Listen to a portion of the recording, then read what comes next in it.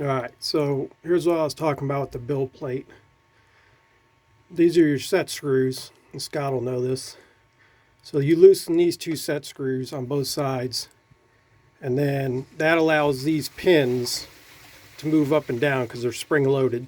So when the plate goes down to level, it'll push on these, and you'll see them actually kind of push up and down. Then once your plate's level, you tighten the set screws down. Here's the problem. When you put your plate on there and use this lever to tighten it, this tightens against here and pulls up on the plate with this screw. So when you tighten this down, it's driving this screw up, which is essentially putting pressure on these springs.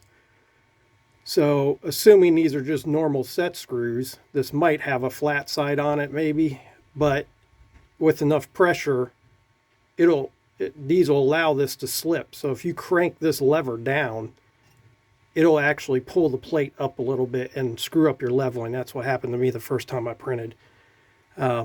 So when you put your plate in after you're leveled, just all you have to do is snug it to where this doesn't move, and you're good. If you crank it down like the knob on the old Saturn, it'll pull that plate out of level. It's kind of dumb the way they did it, but I can see why they did it because the plate's so big. So you got to have four points of leveling. But maybe the set screws could have been done differently. But as long as you don't over torque this, it'll be fine. After that first fail, I knew what happened. Everything's been fine since I've been just snugging this up.